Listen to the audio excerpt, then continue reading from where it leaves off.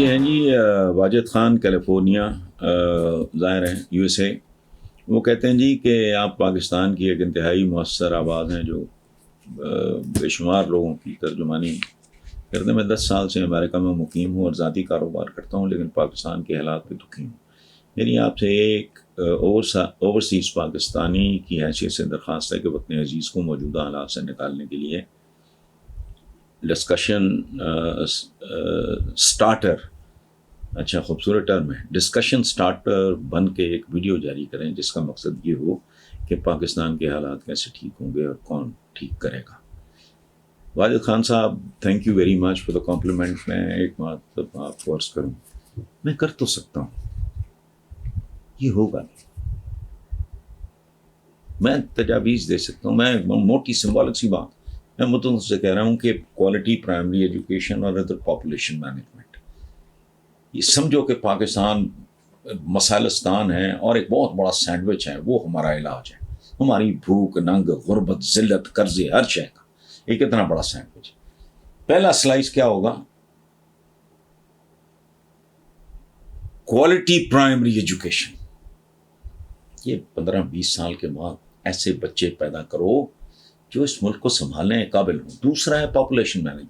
جس طرح پاکستان کی آبادی بڑھ رہی ہے نا، اللہ دین کا چراغ بھی آ جائے، آپ اس کو نہیں فیڈ کر سکتے، آپ اس کو نہیں پڑھا لکھا، نہ تعلیم نہ صحت، آپ کچھ بھی نہیں دے سکتے، بکواس ہے.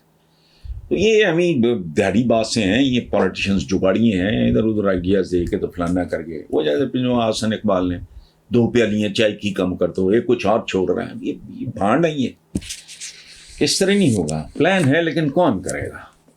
اب لاش پڑی ہے، اب میں ثابت نہیں کر پا رہا کہ جی خاور قاتل ہے. لاش پڑی ہے، کوئی نہ کوئی تو قاتل ہے نا. ان کے اس ملک کی اقتصادیات کا جو قتل عام ہوا ہے، اس ملک کی اخلاقیات کا جو قتل عام ہوا ہے، اخلاقیات کی بھی لاش پڑی ہے، اقتصادیات کی بھی لاش پڑی ہے. قاتل کون ڈھونڈ سکتا ہے؟ وہ عدالتوں کے چکر لگا کے 2-4 سال کے بعد پھر دھلے دھلائے واپس آ جاتے ہیں. تو ایسے میں کچھ نہیں ہو سکتا. ہاں کو مصطفیٰ کمال آئے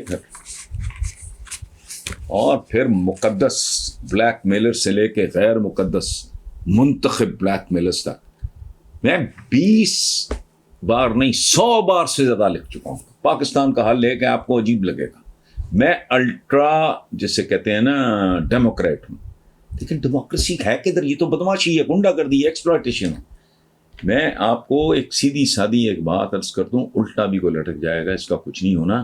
ایک بات میں سمبولک کرتا ہوں کہ اس ملک میں جب تک گلوٹن کام نہیں کرے گے، فرینچ ریولوشن میں 3 شفٹوں میں جلاد کام کریں، پھانسی گھاٹ مصروف رہیں،